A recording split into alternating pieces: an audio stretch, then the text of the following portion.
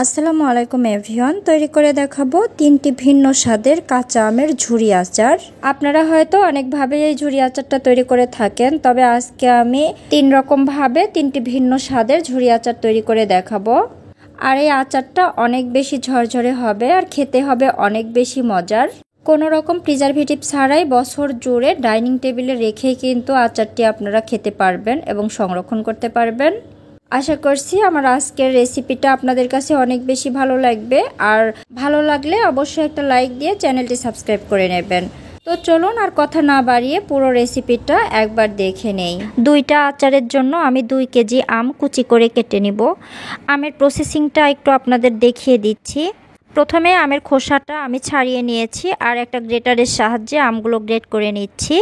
এরকম গ্রেটার কিন্তু কম বেশি সবার বাড়িতেই থাকে, আর চাইলে কিন্তু আপনারা বটি বা নাইফের সাহায্যেও আমগুলো কুচি করে নিতে পারেন। কাঁচা আমের সাথে আমি কিছু আম নিয়েছি যেগুলো কিছুটা কালার চলে এসেছে, অর্থাৎ কাঁচা পাকা আম বলতে পারেন। এই আমগুলো দিয়ে আচার তৈরি করলে চিনির পরিমাণটা কম লাগে, তবে আপনাদের হাতের কাছে যে আমটা থাকবে সেটাই আপনারা নিতে পারেন। তো এভাবেই আমি সবগুলো আম কুচি করে নিয়েছি। কেটে নেওয়ার পর 2 কেজি আম আটি বাদ দিয়ে 1.5 কেজির একটু বেশি পরিমাণে হয়েছে।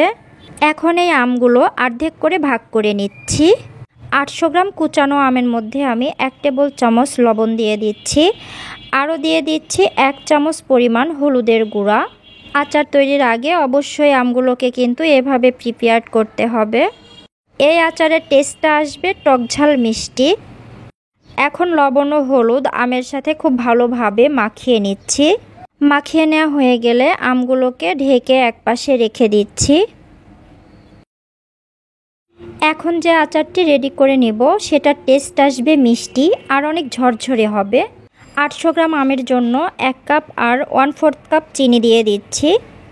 যেহেতু আমি এখানে কাঁচা পাকা আম ব্যবহার করেছি তাই চিনির পরিমাণটা আমি কমই রাখলাম। আপনারা আপনাদের পছন্দ মতো মিষ্টির পরিমাণটা বাড়িয়ে বা কমিয়েও দিতে পারেন। এখানে আমি আরও অ্যাড করছি 1 চামচ হলুদের গুঁড়া আর 1 চামচ লবণ। এখন সব কিছু একসাথে হাতে মাখিয়ে নিব। আমগুলোকে আচার তৈরির পূর্বে এভাবে প্রস্তুত করে নেওয়া কিন্তু খুবই জরুরি, কেননা অনেকেরই ঝুরি আচার তৈরি করতে গিয়ে আমগুলো গলে যায়, ঝরঝরে হয় না। তাদের জন্য রেসিপিটা অনেক কাজে দিবে, কেননা এভাবে আচারটা তৈরি করলে আচার ঝরঝরে হবে।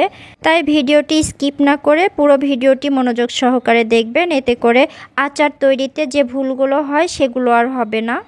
এখন এই আমগুলো ঢেকে আমি 1 ঘন্টা রেস্টে রেখে দিচ্ছি। আর এই 1 ঘন্টার মধ্যে চিনিটা গলে যাবে। লবণ ও চিনির পানিতে আমগুলো ডুবে থাকার কারণে আমগুলো রান্নার পরও ঝরঝরে থাকবে, একটার সাথে আরেকটা লাগবে না। দেখুন চিনিটা গলে গিয়েছে আর আমগুলো থেকেও অনেকটা পানি ছেড়ে দিয়েছে। এখন এই আমগুলো আমি সরাসরি চুলায় নিয়ে যাচ্ছি। চুলায় একটা প্যান বসিয়ে দিয়েছি। এখন এই আমগুলো প্যানে ঢেলে দিচ্ছি। আমগুলোকে আমি প্রথমে হাই ফ্লেমে রেখে বলক আসা পর্যন্ত রান্না করছি। তারপরে যখন বলক চলে আসবে তখন এর ফ্লেমটা মিডিয়াম টু লোতে করে দিব। 5-6 মিনিট রান্না করার পরে দেখা যাবে আমগুলোর কালার চেঞ্জ হয়ে এসেছে। এ পর্যায়ে কিন্তু আমগুলো সিদ্ধ হয়ে গেছে, তবে গলে যায়নি আর অনেক ঝরঝরে দেখাচ্ছে। এখন এর মধ্যে অ্যাড করব 2 চামচ আচারের মশলা। এই মশলাটার মধ্যে আমি গোটা ধনিয়া, জিরা, মৌরি, পাঁচফোড়ন ও শুকনা মরিচ হালকা টেলে তারপরে গুঁড়া করে নিয়েছি। ভিডিওটা অনেক বড় হয়ে যাবে, তার জন্য মশলাটা তৈরি করা দেখালাম না। আচারে সুন্দর একটা ফ্লেভারের জন্য 2-3টা এলাচ ও দারচিনি অ্যাড করছি। সব কিছু ভালোভাবে নেড়েচেড়ে মিশিয়ে নিচ্ছি। এই আচারটি আমি মিষ্টি আচার হিসেবে তৈরি করছি, তবে এখানে আমি 1/2 চামচ চিলি ফ্লেক্স অ্যাড করব। এটা ঝালের জন্য না, চিলি ফ্লেক্সটা অ্যাড করলে আচারে সুন্দর একটা ফ্লেভার আসবে। চিলি ফ্লেক্সটাও আচারের সাথে খুব ভালোভাবে মিশিয়ে নিচ্ছি। এরই মধ্যে আচারের মধ্যে পানিটা কিন্তু অনেকটাই টেনে এসেছে। এই আচারটিতে আমি প্রিজারভেটিভ হিসেবে কোনো কিছুই ব্যবহার করব না। সম্পূর্ণ পানিটাই টেনে আসা পর্যন্ত রান্না করে নিলেই কিন্তু আচারটা হয়ে যাবে, আর এটা ভালোও থাকবে 1 বছরেরও বেশি সময় ধরে। যখন সম্পূর্ণ পানিটাই টেনে আসবে আর চিনির শিরাটা অনেকটাই গাঢ় হয়ে যাবে আর সুতা তৈরি হবে, তখন কিন্তু আমরা এই আচারটি নামিয়ে নেব। আচারটি ঠান্ডা হয়ে যাওয়ার পরে কিন্তু একদম ঝরঝরে হয়ে যাবে, তাই এখনই আমরা এটাকে নামিয়ে নিব। আচারটা যতক্ষণে ঠান্ডা হবে এর মধ্যে আমরা আরেকটি আচার তৈরি করে নিব। আমি যে আমগুলোকে লবণ ও হলুদ দিয়ে মাখিয়ে রেখেছিলাম সেই আমগুলো এবার আমি আচার তৈরির জন্য প্রস্তুত করে নিচ্ছি। লবণ ও হলুদ দিয়ে মাখিয়ে রাখার কারণে আম থেকে অনেকটাই পানি ছেড়ে দিয়েছে, তাই এখন আমি এই আমগুলোকে চিপে নিচ্ছি। যতটা সম্ভব পানি আমি চিপে ফেলে দিচ্ছি। এভাবে চিপে নিলে যেটা হবে, আমগুলো থেকে এক্সট্রা পানি চলে যাবে আর দীর্ঘদিন আচারটা ভালো থাকবে।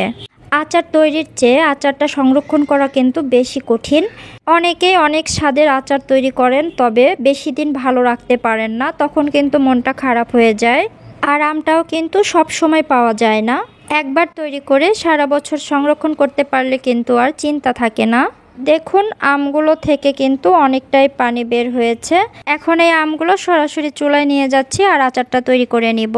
চুলায় আমি 2 টেবিল চামচের মতো তেল দিয়ে দিচ্ছি, আর এই তেলের মধ্যে আমি 2টা শুকনো মরিচ গোটা দিয়ে দিচ্ছি আর 2টা ভেঙে দিচ্ছি, এতে করে সুন্দর একটা ফ্লেভার অ্যাড হবে। 1 চামচ পাঁচফোড়ন দিয়ে দিচ্ছি। এবার নেড়ে চেড়ে মিশিয়ে নিচ্ছি। পাঁচফোড়নটা যখন ফুটতে শুরু করবে সে পর্যায়ে এর মধ্যে আমগুলো দিয়ে দিচ্ছি। আমি এই আচারটা টক ঝাল মিষ্টি টেস্টে তৈরি করব। আর টক মিষ্টি ঝাল আচার পছন্দ করেন না এমন মানুষ কিন্তু পাওয়া কঠিন। আমগুলো আমি এই তেলের মধ্যে 3-4 মিনিটের মতো ভেজে নিচ্ছি। এই আচারটি আমি একটু ভিন্নভাবে তৈরি করেছি, যার কারণে আচারটিতে বাড়তি একটা স্বাদ থাকবে।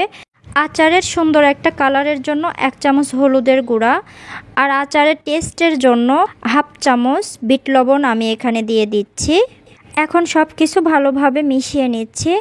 আর মিশিয়ে নেওয়ার পরে আমি আরও 2-3 মিনিটের মতো এটাকে ভেজে নিব।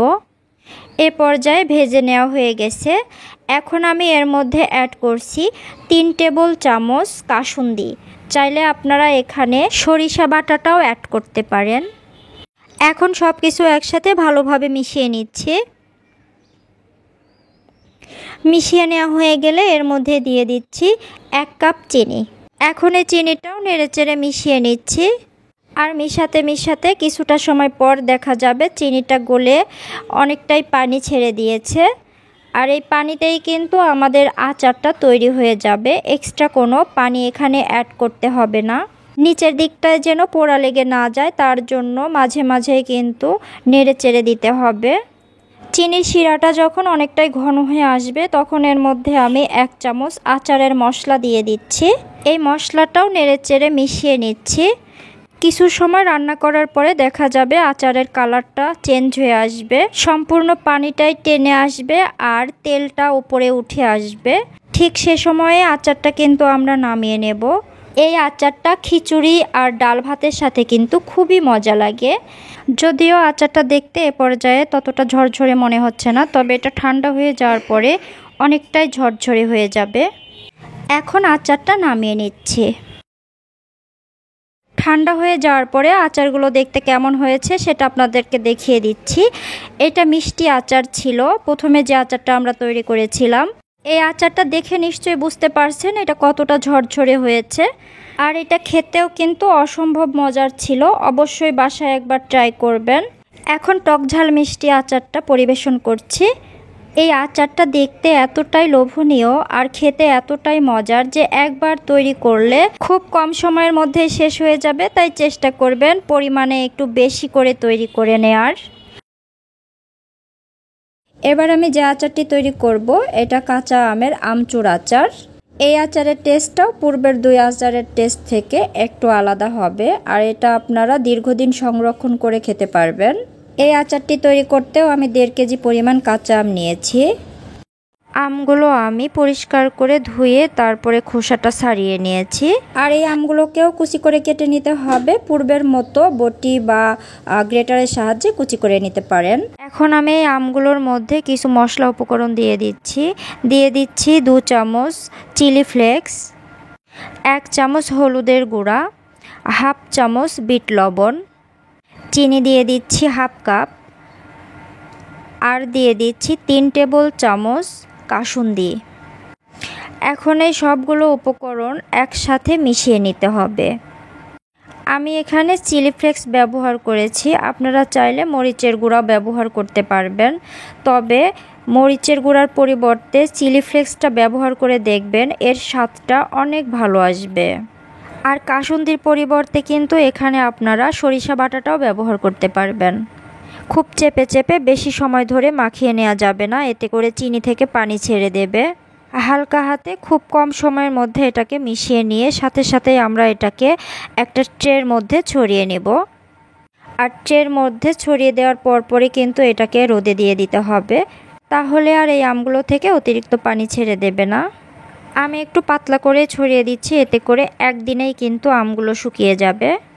আমগুলো রোদ্রে শুকিয়ে নেওয়ার কারণেই কিন্তু এই আচারটি দীর্ঘদিন ভালো থাকে। আমগুলো ছড়িয়ে দেওয়া হয়ে গেছে, এখন আমি এটাকে রোদ্রে দিয়ে দিচ্ছি। সারাদিন রোদে রাখার পর আমগুলো শুকিয়ে গেছে, তবে একদম ড্রাই করে শুকিয়ে নেওয়া যাবে না। বেশি শুকিয়ে নিলে যেটা হবে, আচারটা তৈরি করার পরে খুবই শক্ত হয়ে যাবে।